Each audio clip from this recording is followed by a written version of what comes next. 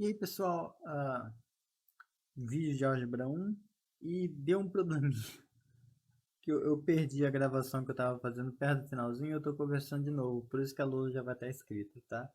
Ah, vamos lá, logo.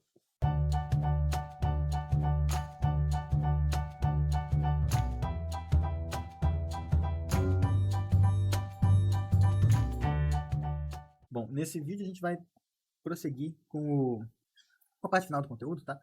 Eu tinha começado aqui só relembrando as coisas todas que a gente viu.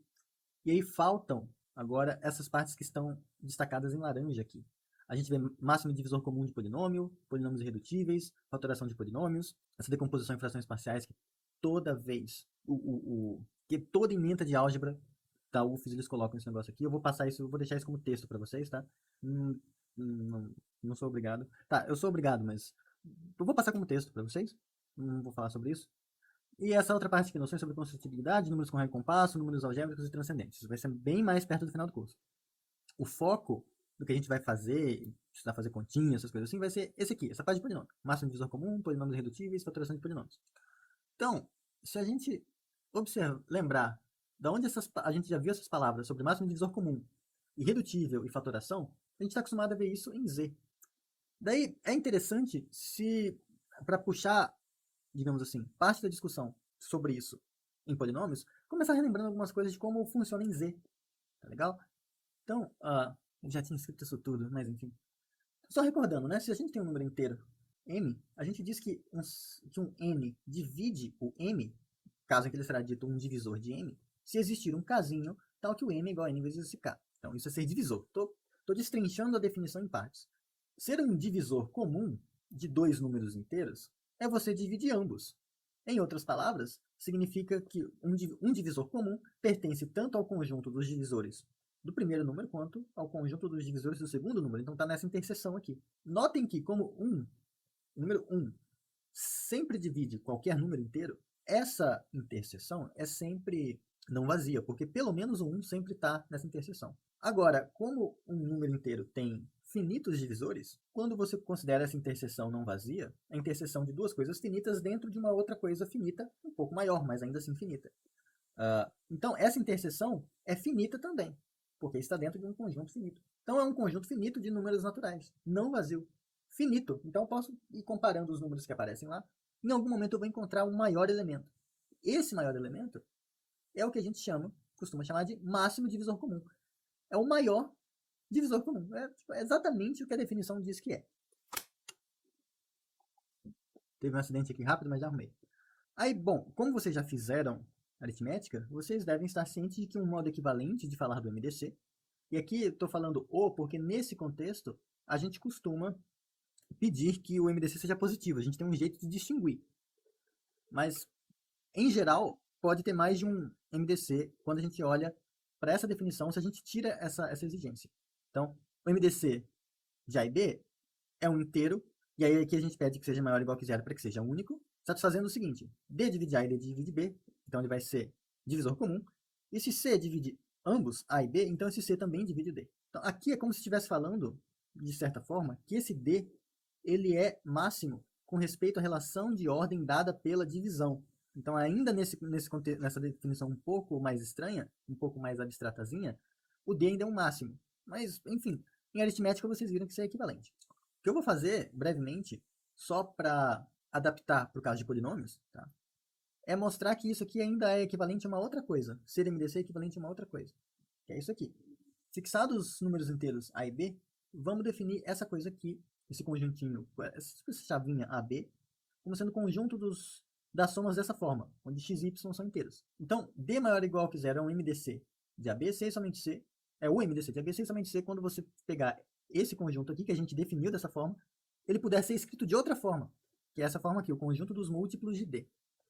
Bom, supondo que o D é o MDC de AB, tá? Então, supondo isso, a gente quer mostrar essa igualdade. Mostrar essa igualdade é mostrar que um está contido no outro e o outro está contido no 1. Bom, se a gente pega um Zzinho que pertence a esse, então ele é dessa forma, porque as coisas que pertencem a isso têm esse formato, para certos x e y pertencentes a Z. Varia. Cada configuração de x e y possível dá um habitante dessa coisa. Bom, mas D é MDC de AB. Então, D divide A e D divide B em particular. Então, esse A a gente consegue escrever como sendo D vezes K, e o B a gente consegue escrever como sendo D vezes 1K'. Então, quando a gente usa essas expressões aqui, a gente chega nisso. Ora, deixando D em evidência, a gente fica com isso. Portanto, veja, isso aqui a gente pode xingar de alfa. Então, esse Zzinho que a gente tinha começado pegando aqui, que a princípio tinha esse formato, posso escrever nesse formato, alguma coisa vezes D, sendo, portanto, um múltiplo de D. Ora aqui. Mostramos, então, que se alguém está aqui, então está aqui. Primeira inclusão. Para a próxima, aqui está menorzinho só para lembrar o que a gente tinha escrito, a gente pega alguém aqui e vai mostrar que está aqui. Bom, W é um múltiplo de D. Porém, como D é máximo divisor comum de A e B, a gente consegue encontrar números inteiros S e T satisfazendo essa identidade aqui. É a identidade de Bezoar, tá? Você também vira isso em aritmética. Quando o D é MDC, a gente consegue fazer isso. Daí, quando a gente usa essa identidade aqui, troca o D por isso, a gente consegue reexpressar esse W como sendo uma soma de alguma coisa vezes A mais alguma coisa vezes B. Portanto, esse W está aqui. E a gente mostrou outra inclusão. Isso não acaba a demonstração. Cuidado, isso mostra que se é MDC, então vale a igualdade.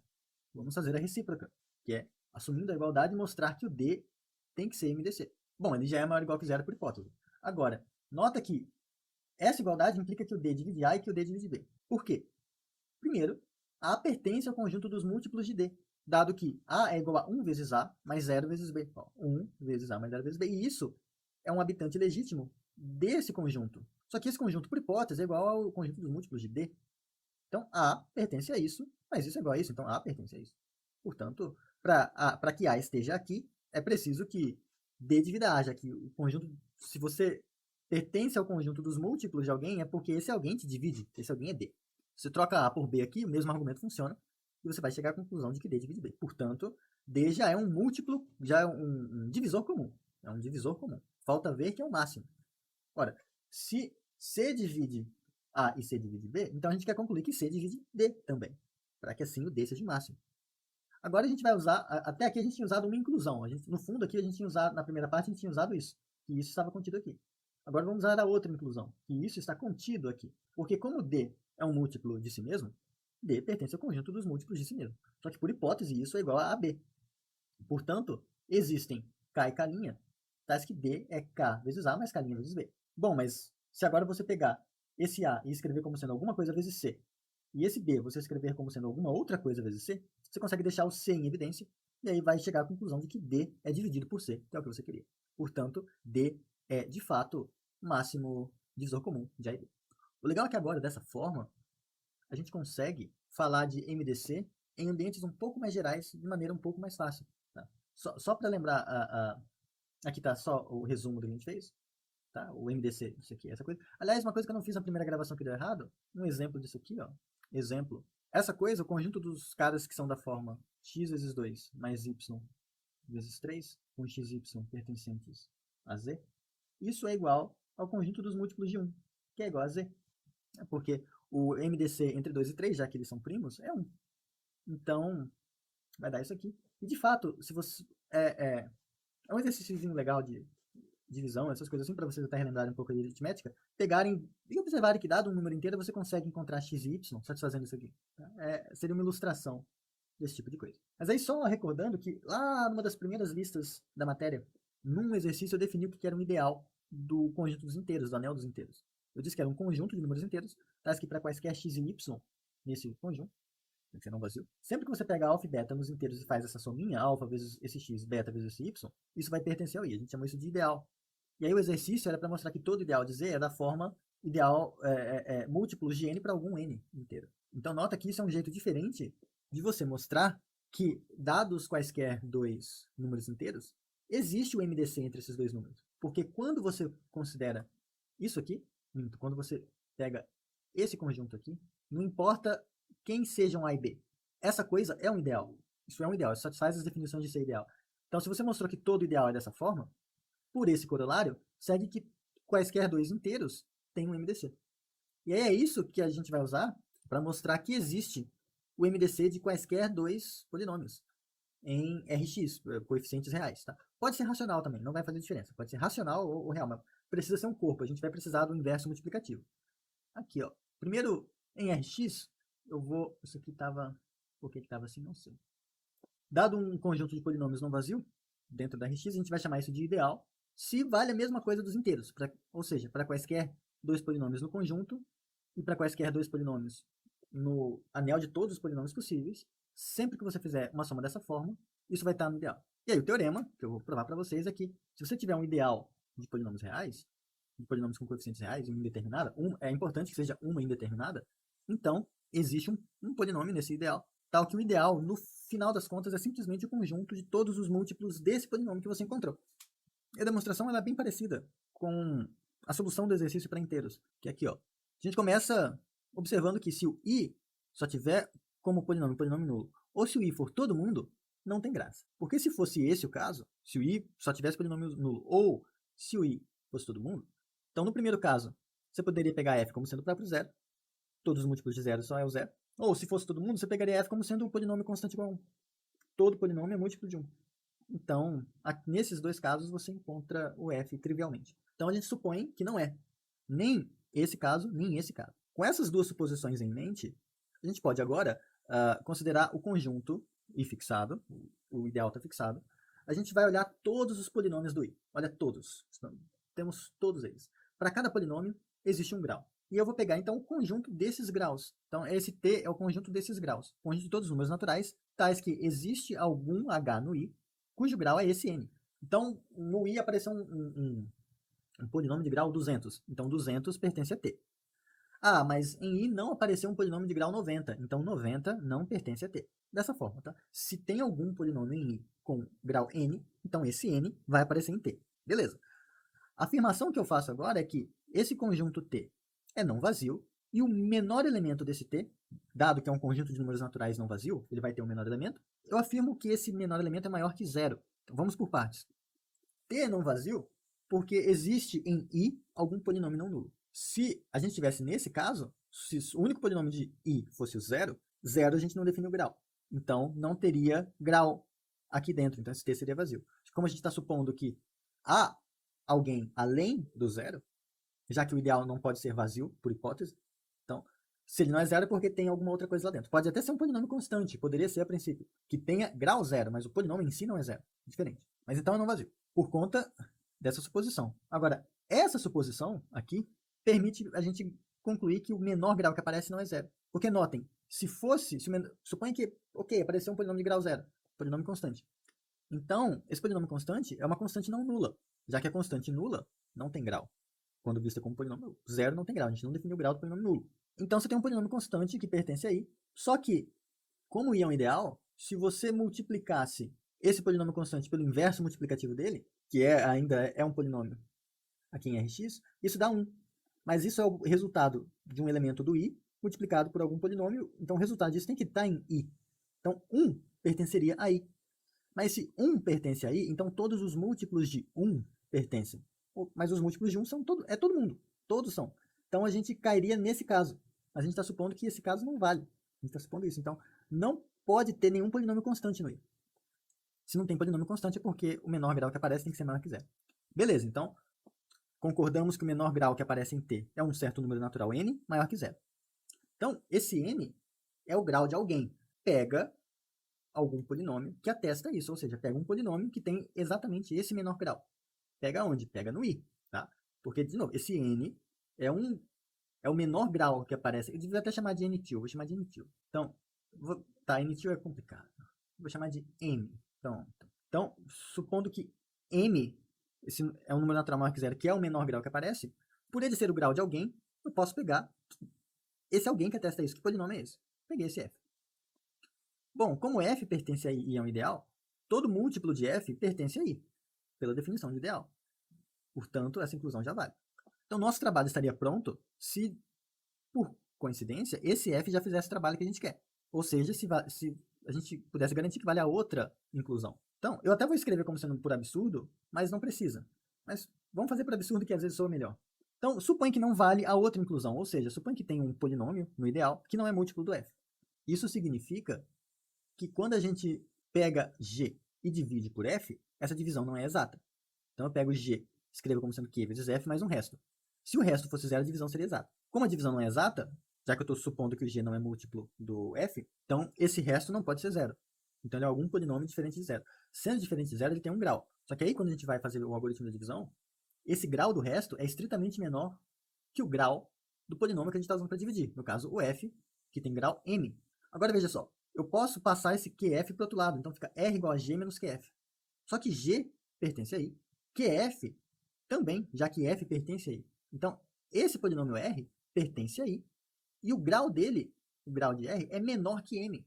Só que m era o menor grau possível de um polinômio que pertence a i. Então, a gente conseguiu um grau menor. Contradição.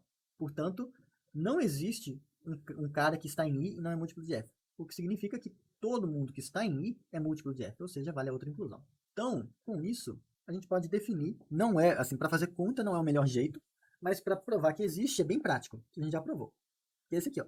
Dados polinômios reais p e q, a gente diz que f é MDC de pq, se quando a gente pegar esse negócio aqui, que é o conjunto dos polinômios da forma g vezes p mais h vezes q, todas as combinações polinomiais com p e q fixados, tá? Se isso aqui, que é um ideal, se esse ideal for igual ao ideal gerado por f, tá? E aí aqui, se você imitar a prova que a gente fez antes, isso é a mesma coisa que você pedir o seguinte: pedir que o polinômio f divida p, pedir que o polinômio f divida q, então é um divisor comum, e dizer que se algum polinômio h divide ambos p e q, então esse h também divide f. Então, nesse sentido, é a mesma definição de MDC nos inteiros. O único problema é que, enquanto nos inteiros a gente consegue pedir que seja maior ou igual que zero, a gente não tem uma noção de ordem natural dentro de polinômios para escolher, colocar algum critério que o faça ser único usando ordem. Vai ter um outro critério que eu já vou falar, só que, a princípio, não tem. Mas vamos fazer um exemplo, rapidinho, só para ver como essa definição é ruim para calcular efetivamente o MDC de dois polinômios. Notem, o teorema permite para a gente garantir que existe. Que existe o MDC está de graça, porque todo ideal vai ter um cara dessa forma. Então, se eu quero o MDC de duas coisinhas, eu monto o ideal e aí vai existir esse cara. Não sei quem é, só sei que existe. Se eu só quiser saber, caso eu só queira saber que existe, tá ótimo. Mas para fazer conta, a gente vai ver que isso é um pouco mais abstrato. Vejam, vamos tentar calcular o MDC desses dois polinômios. 2x ao quadrado menos 2 e x ao quadrado menos 3x mais 2. Então, um polinômio f, que eu ainda não sei quem é, vai ser um MDC procurado, e aqui eu coloquei 1 porque a gente vai ver que não precisa ser único mesmo. Mas se somente c, quando eu pegar o conjunto dos múltiplos de f, isso for igual ao conjunto dos polinômios que são algum polinômio vezes isso, mais algum polinômio vezes isso. Vejamos então como é alguém que mora aqui, tá bom? Alguém que mora aqui é um polinômio p vezes esse primeiro, mais um polinômio q vezes esse segundo. Aqui. Agora a gente pode pegar e fatorar, olha a palavra fatoração aparecendo, esse 2x ao quadrado menos 2 como sendo 2 vezes x menos 1 vezes x mais 1. E esse x ao quadrado menos 3x mais 2 a gente consegue fatorar como sendo x menos 1 vezes x menos 2. Então, a gente descasca, deixa esse x menos 1 em evidência, e aí fica x menos 1 vezes essa tranqueira aqui. Portanto, se alguém mora aqui, vou colocar aqui como comentário, isso aqui não é para compilar, ó. Tá como comentário. Esse comentário mostra pra gente que se alguém mora nesse conjunto, então é um múltiplo de x menos 1. Então está aqui. Por outro lado, se a gente isso aqui é para quaisquer p e q. Se a gente pega, usando essa expressão aqui, se a gente faz um rascunhozinho e pergunta, poxa, ia ser tão legal se 2p vezes x mais 1 mais q vezes x menos 2 fosse igual a 1, ia ser sensacional, porque eu ia ter, se eu encontro p e q que fazem isso, então a gente vai ter mostrado que o próprio x menos 1, esse carinha, é alguém que mora aqui. Então todo múltiplo dele também vai morar aqui e a gente vai ter outra inclusão. E de fato, a gente consegue resolver isso e descobre que para p igual a 1 sobre 6 e q igual a menos 1 sobre 3, dá certo. Não precisa nem ser polinômio, a gente consegue encontrar. Não precisa nem ser polinômio não constante, a gente encontra polinômios constantes que fazem isso. E aí segue a gente obtém a igualdade, portanto, pela definição dada aqui de MDC, segue que x menos 1 é um MDC desse negócio. Mas olha que engraçado. X menos 1 é a mesma coisa que 5 vezes x menos 1, por exemplo. Porque se eu pego alguém que mora aqui, então é porque esse p é igual a algum polinômio vezes x menos 1. Mas agora eu consigo escrever isso como sendo f vezes 1 vezes x menos 1. Isso aqui eu consigo escrever como sendo f vezes 1 sobre 5 vezes 5 vezes x menos 1. Agora, esse p a gente conseguiu escrever como sendo algum polinômio vezes 5 vezes x menos 1. Portanto, ele pertence a 5 vezes x menos 1. Analogamente, se eu pego um q aqui dentro, deixa eu colocar aqui como igualdade, como interrogação, que eu não sei. Esse q é igual a um certo polinômio g vezes 5 vezes x menos 1. Novamente, esse g a gente consegue escrever como sendo... Aliás, aqui é bem mais fácil, né? Eu estou com q igual a g vezes 5 vezes x menos 1, então tá aqui, já mostrando que q é um múltiplo de x menos 1, portanto, q pertence a essa coisa. Ou seja, se você tem... Moral da história, né? Se f... Deixa eu usar outra letra. Se h é MDC de certos polinômios p e q, então alfa vezes h é MDC de p e q para todo alfa diferente de zero que você pegar. Então você perdeu a unicidade.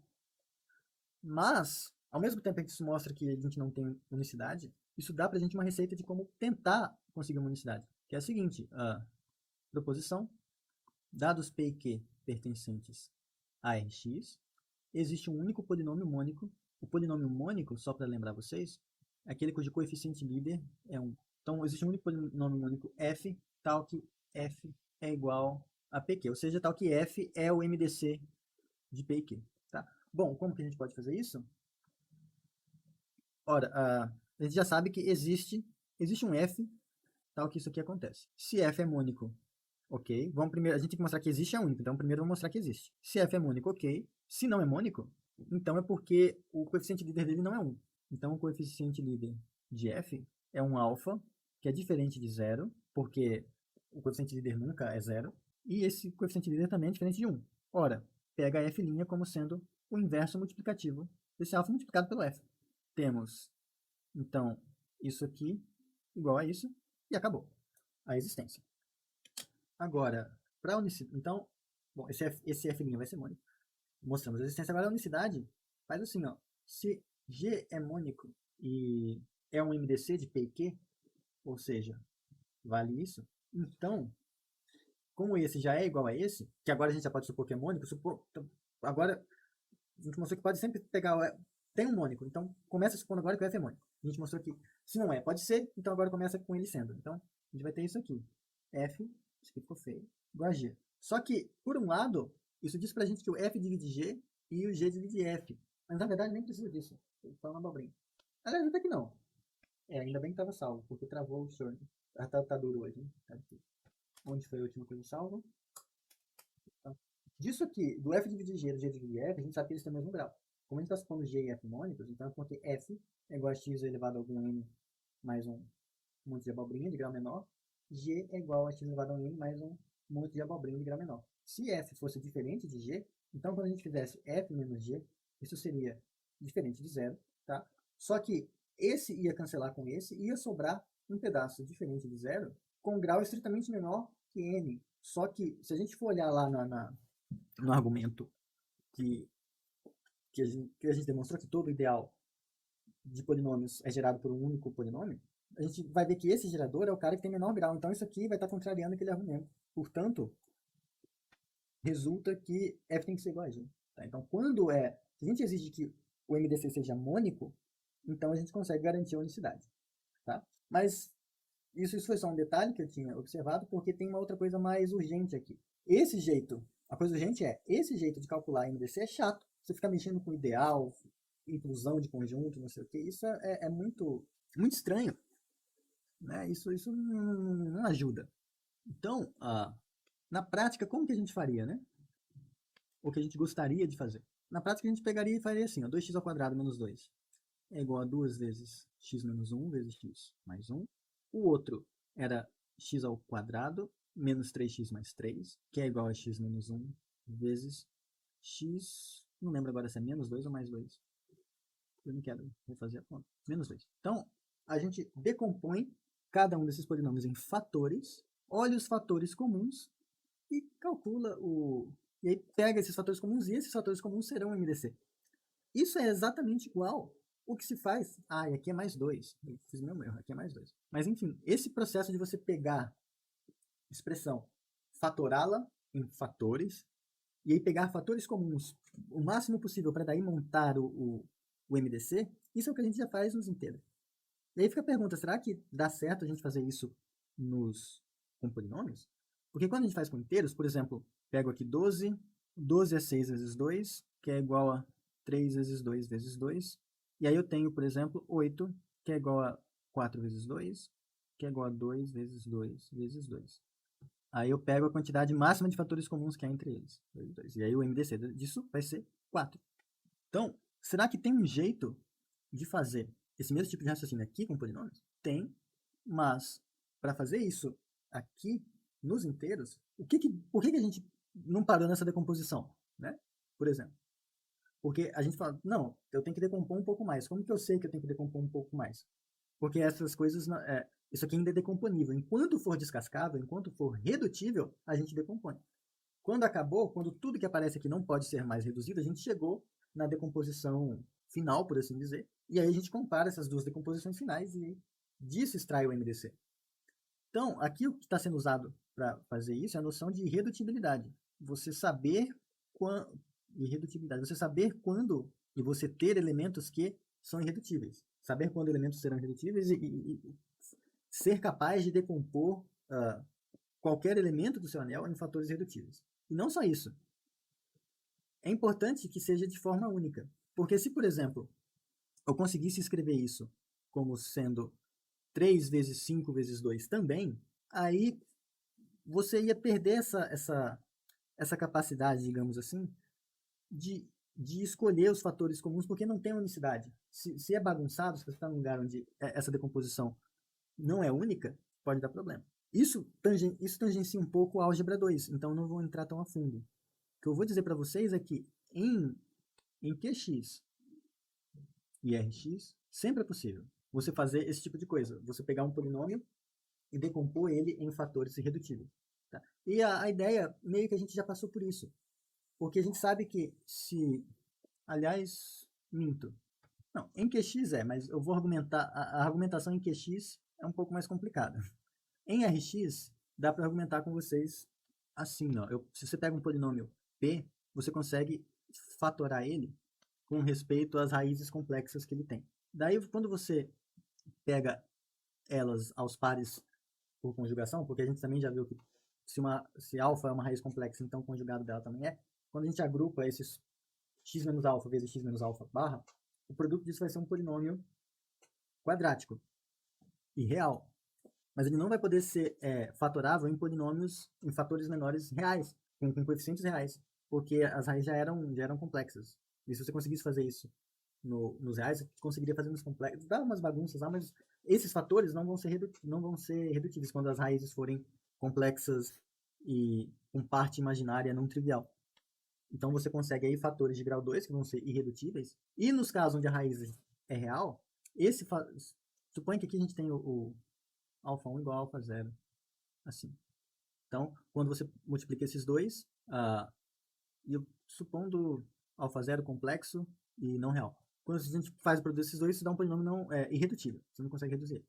Escrever ele como produto de dois polinômios não constantes. Aí, no caso das raízes que aparecerem reais, esses fatores lineares reais, eles vão ser irredutíveis também.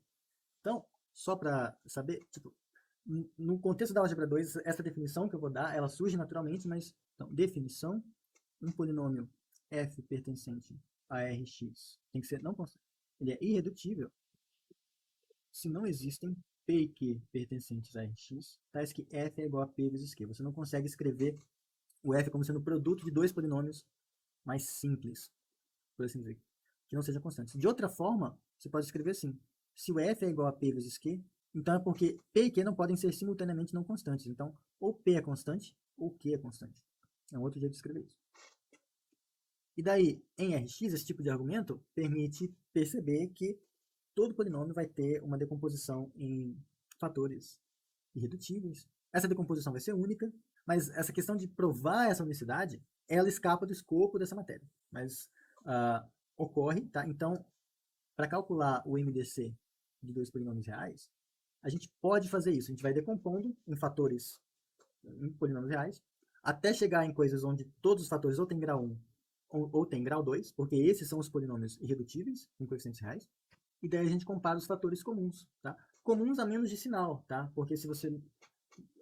isso aqui é como se fosse o menos 1 nos inteiros.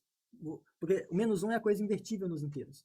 Aqui, no anel de polinômios, em Rx, 2 é uma coisa invertível, porque você pode multiplicar por 1 sobre 2. Então, por isso que aqui a gente está excluindo os polinômios constantes, porque é como se eles fossem o a menos de sinal. Aqui é a menos de constante. Tá? Mas aí, pessoal, é isso para essa aula de quinta.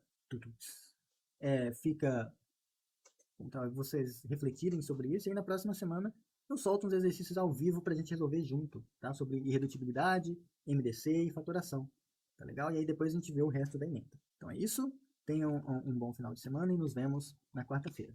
Até mais.